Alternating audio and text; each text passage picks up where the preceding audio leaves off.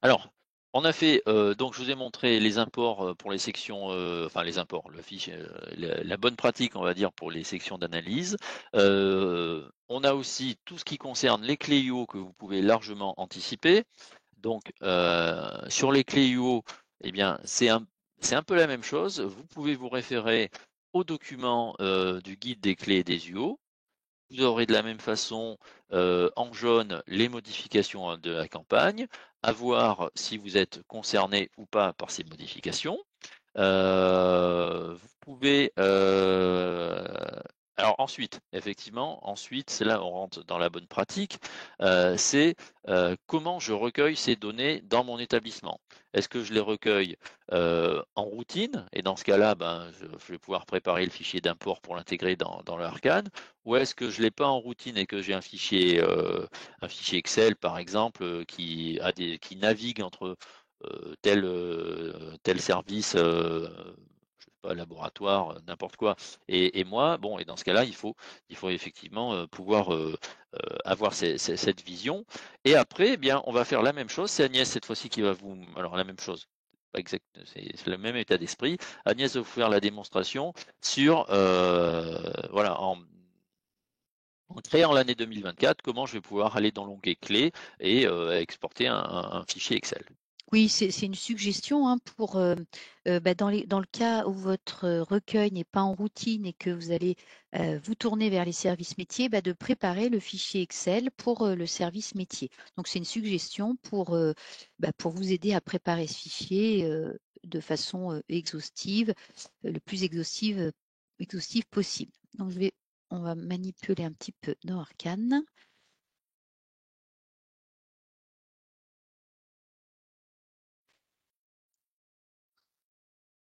Donc j'arrive pour partager donc la partie Arcane. Voilà, donc là je suis dans mon Arcane 2023. Donc l'idée c'est de préparer mes fichiers pour les transmettre au service métier, par exemple blanchisserie. Vous avez besoin de vos kilos de linge par section. Ce qui vous est proposé ici, c'est de générer à nouveau votre classeur Arcane. Donc je le fais ici en allant dans générer le classeur et je reclique sur générer le classeur Arcane. Donc ça met un petit temps d'affichage. Oui, mais bon, ça va, ça fonctionne. Mais ça va venir. Voilà, et donc là, on arrive à nos différents onglets. On va dans l'onglet clé, puisque aujourd'hui, ce qui nous intéresse, c'est d'aller construire un fichier pour les envoyer au service métier. C'est ça la suggestion là pour préparer vos données. Donc l'idée ici, c'est d'utiliser le bouton Export Excel, ici, exporter le classeur Arcane au format Excel. Voilà. Donc si je clique dessus, voilà, je vais le mettre à ce niveau-là. Donc, il me crée un fichier Excel que je vais pouvoir aller ouvrir.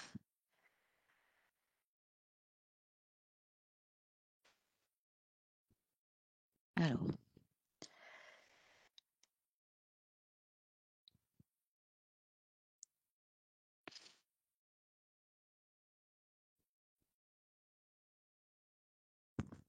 donc je suis en train d'aller chercher le fichier Excel qui m'a été créé.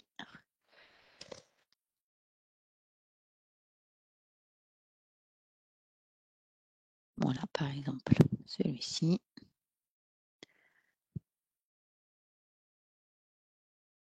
Donc, ce n'est pas encore celui-ci qui est affiché.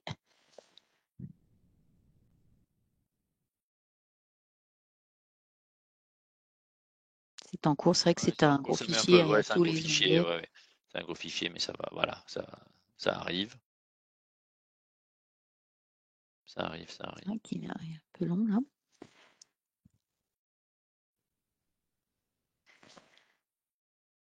Alors, il est en train d'ouvrir, mais vous voyez qu'il m'a ouvert sur l'onglet clé.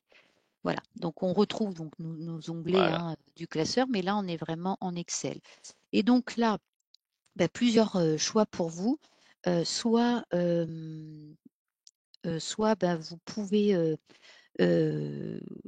bah, utiliser ce fichier Excel et puis le faire remplir directement sur les différentes sections dont vous avez besoin, voilà, où les clés sont demandées. Donc c'est vrai, d'où l'intérêt d'avoir déjà son découpage analytique. Du coup, ça va à la suite de ce que vous avez montré, Olivier. Si vous avez votre découpage qui est prêt, et bien du coup, dans le 2020, dans le Arcane 2023 avec l'année 2024, et bien vous allez pouvoir avoir vos bonnes colonnes ici avec les sections eh bien de 2024. Donc ça vous fait, alors c'est vrai que s'il y a des nouvelles sections de 2024 qui ne sont pas encore dans l'arbre, qui ne sont pas sélectionnables dans 2023, vous pouvez les créer à la main dans ce fichier éventuellement.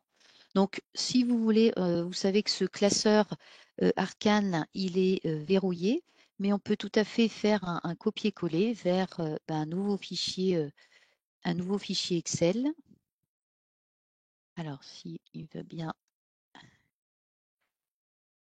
Voilà, donc en faisant un simple copier-coller dans un fichier Excel, eh bien ensuite vous avez la main sur les colonnes et les lignes, vous pouvez ajouter, supprimer. Donc c'est là où vous pouvez construire, eh bien soit vous allez récupérer, soit vous voulez récupérer uniquement, par exemple, la section voilà, restauration, vous pouvez supprimer les lignes de la logistique médicale, etc. Enfin, faire un fichier sur toutes les clés et pour faire un fichier de récupération vers les services métiers qui pourront donc saisir eh bien, dans les colonnes qui sont demandées pour le RTC.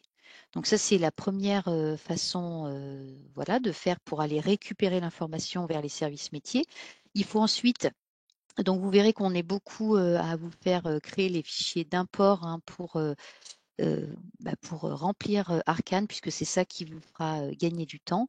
Une fois que vous avez vos données pour chacune des sections, eh bien, il faut transformer l'information dans un format particulier, puisque donc là, j'ai un exemple d'import de la LGG, je crois que c'est la blanchisserie et restauration.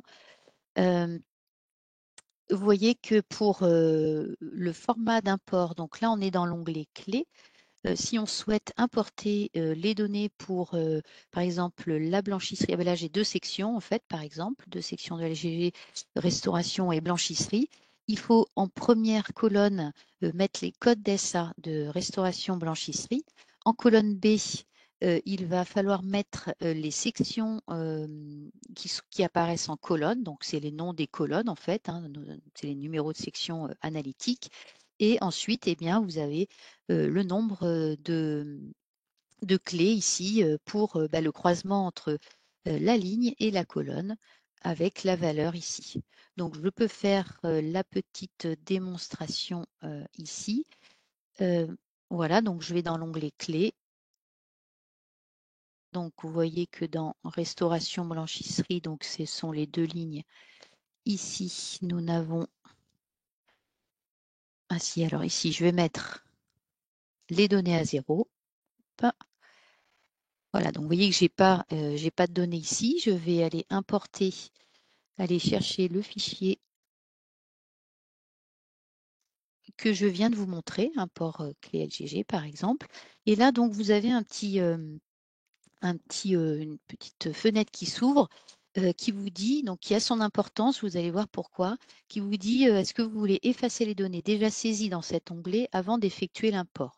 Donc si vous répondez oui, ça veut dire que toutes les données déjà inscrites seront supprimées, et alors que si je réponds non, eh bien les données, on importe juste les cellules qui sont dans le fichier que je lui demande. Donc ça sera très utile pour si vous voulez importer, par exemple, d'abord la blanchisserie, la restauration, si vous voulez importer plusieurs fichiers dans le même onglet Arcane, eh bien, vous pouvez les cumuler.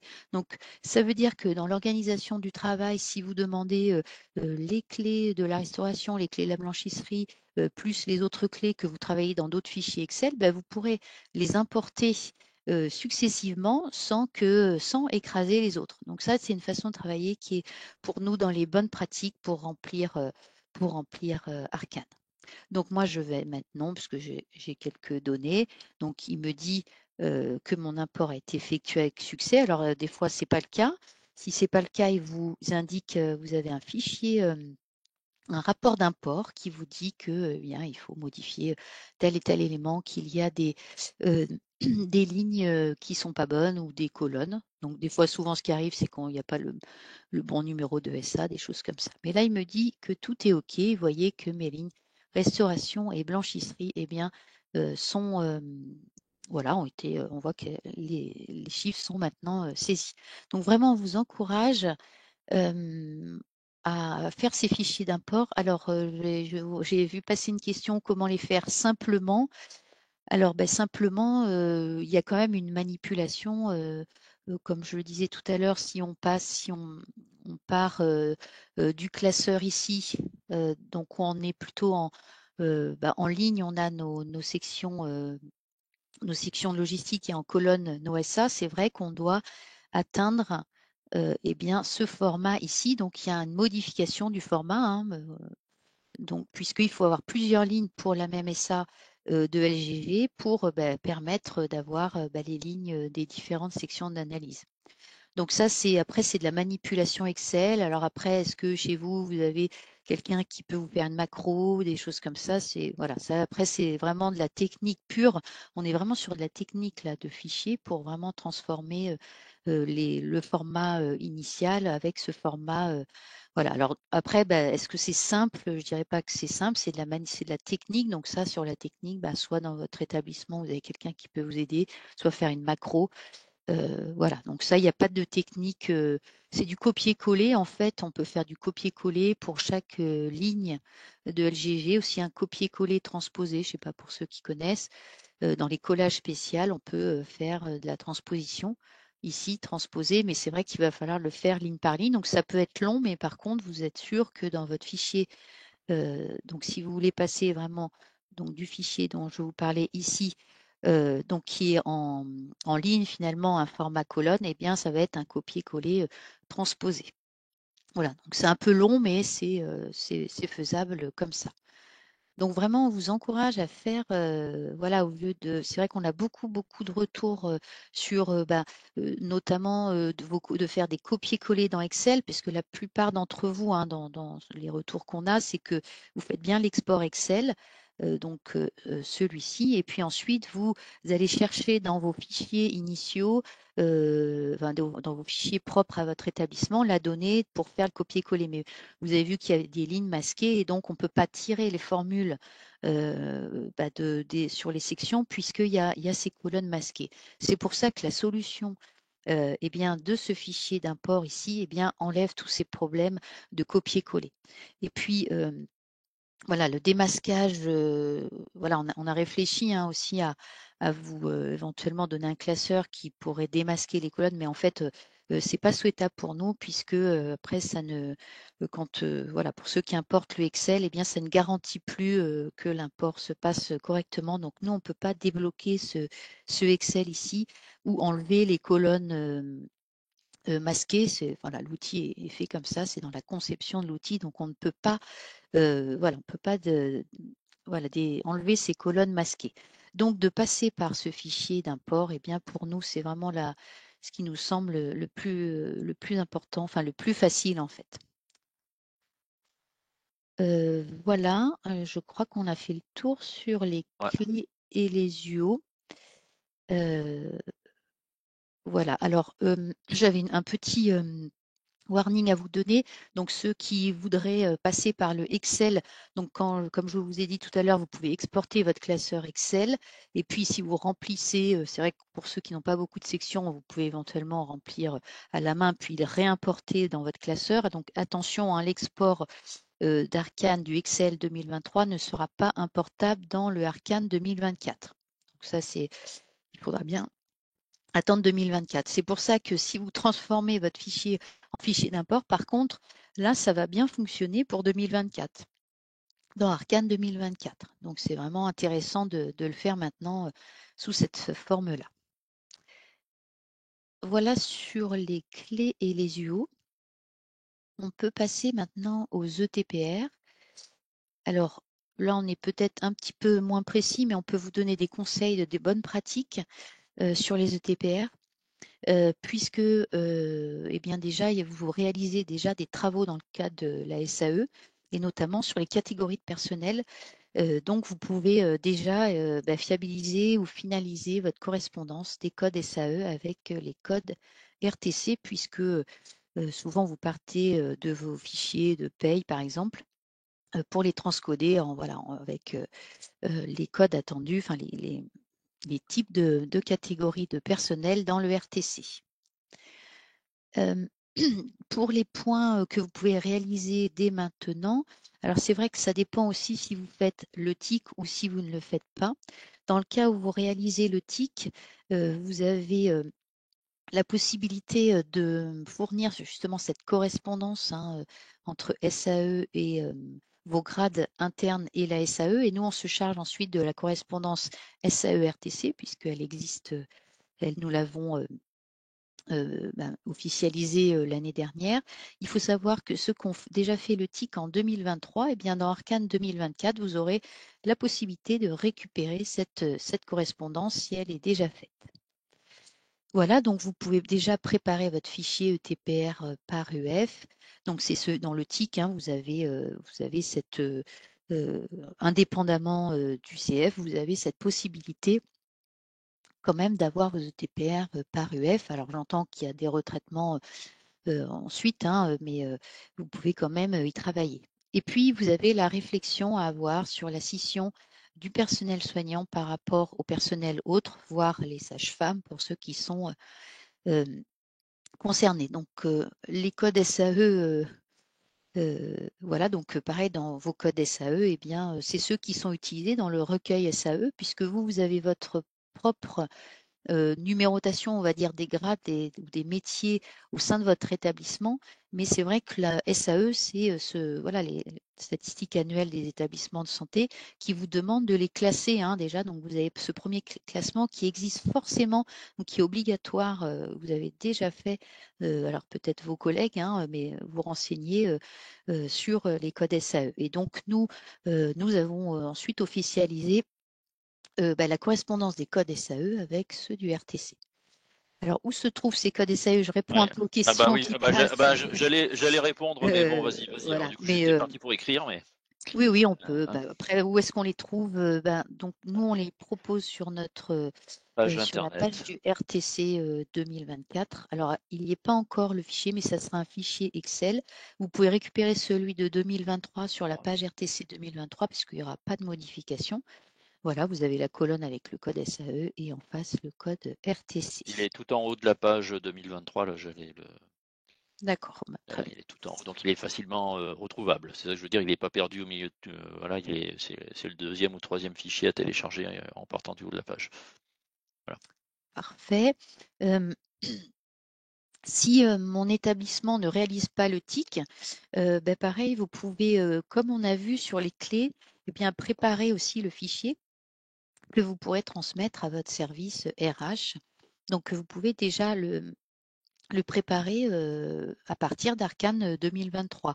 Comme je viens de le faire avec le clé, comme l'onglet clé, vous voyez qu'on peut exporter en Excel. Si vous avez bien fait votre découpage, vous l'exportez en Excel et vous pouvez le transmettre au service qui s'occupe des ETP. Voilà, et vous pouvez de la même façon préparer votre fichier d'import pour Arcane 2024. Donc là aussi, vraiment ce qu'on vous encourage à faire, c'est de préparer votre fichier d'import, de voir quelle méthode vous allez pouvoir, méthode technique, vous allez pouvoir le faire, même si les données ne sont pas forcément finalisées, mais de voir comment vous allez pouvoir construire ce fichier d'import. Et d'ailleurs, c'est le thème le thème suivant pour préparer sa campagne, c'est préparer ses fichiers d'import. Excusez-moi. Donc, comme je le disais, au lieu de faire des copier-coller qui sont très longs et laborieux, du fait des cellules masquées,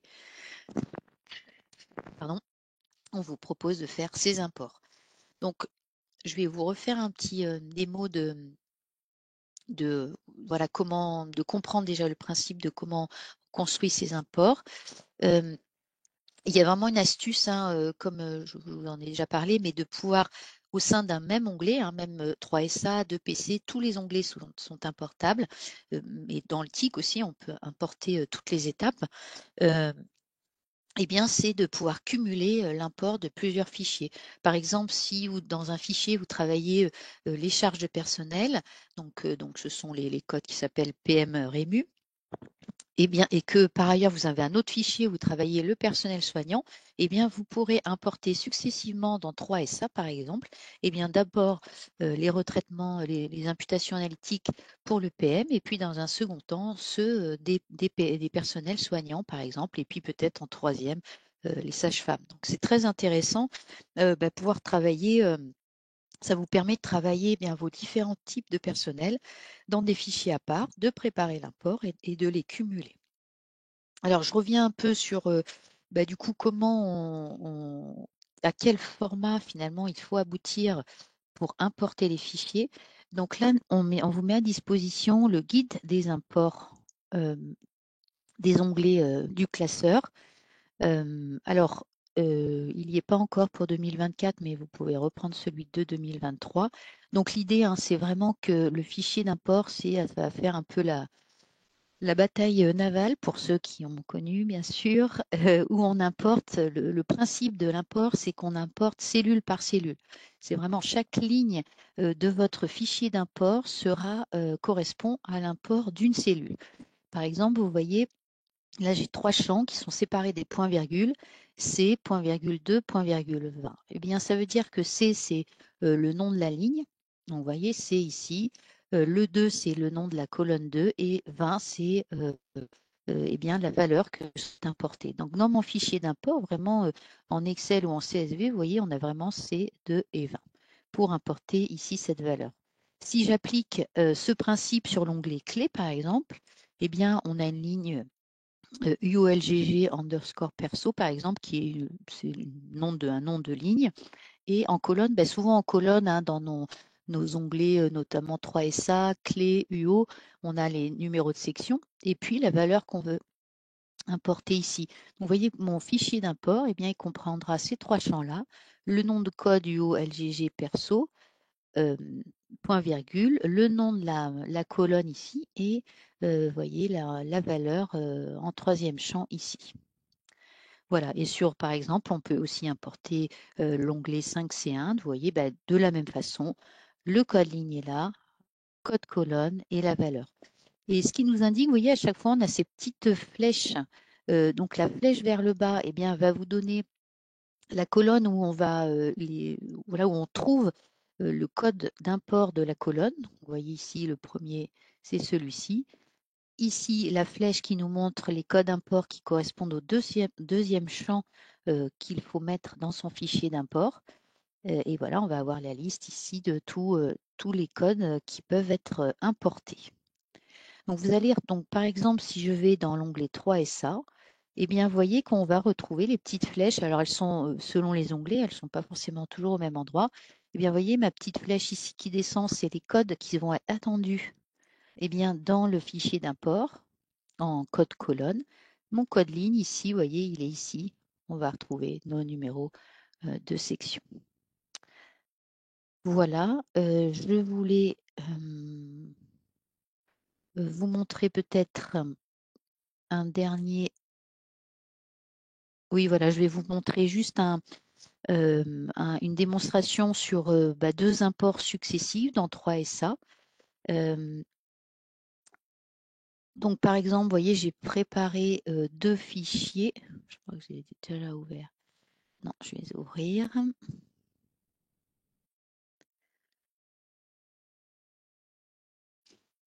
Donc, je vais vous montrer 2 imports successifs qui sont très simples, hein, mais vous voyez donc mon premier fichier qui porte sur le personnel médical, voilà, sur les salaires. Et en deuxième colonne, on trouve mes numéros de section. Et puis, eh bien, en troisième colonne, eh ben, des montants en euros qui sont attendus dans 3SA. Mon deuxième import, de la même façon, j'ai le même format pour mes personnels soignants. Et donc, dans Arcane, je vais pouvoir, donc là, si je suis dans 3SA, Donc, je vais aller chercher les imports que j'ai préparés. Donc, je fais. Donc, ici, je veux cumuler. Comme je le disais tout à l'heure, attention hein, que si on appuie oui, ça veut dire que ça va effacer toutes les données qui sont déjà saisies. Alors que si je mets non, je veux juste mettre à jour cet onglet avec les données du fichier que j'importe. Donc, c'est ce que je veux faire maintenant. Votre fichier a été importé avec succès. Alors, c'est vrai qu'on ne voit pas forcément le résultat, mais il m'a importé mon fichier de personnel médical. Et je peux faire la même chose, vous voyez, en deuxième, j'importe tout ce qui... voilà, là, je mets à nouveau non, je mets non, donc deuxième import, pour que ça cumule eh bien, les imports du deuxième fichier. Voilà. Donc, c'est vrai que bon, là, je ne vous ai pas montré exactement les cellules où c'était importé, mais ça a importé au niveau des cellules PM-REMU qui se trouvent un petit peu plus bas. Voilà, donc voilà pour ces imports. Donc vraiment, on vous encourage à les préparer dès maintenant et à récupérer l'info des clés et des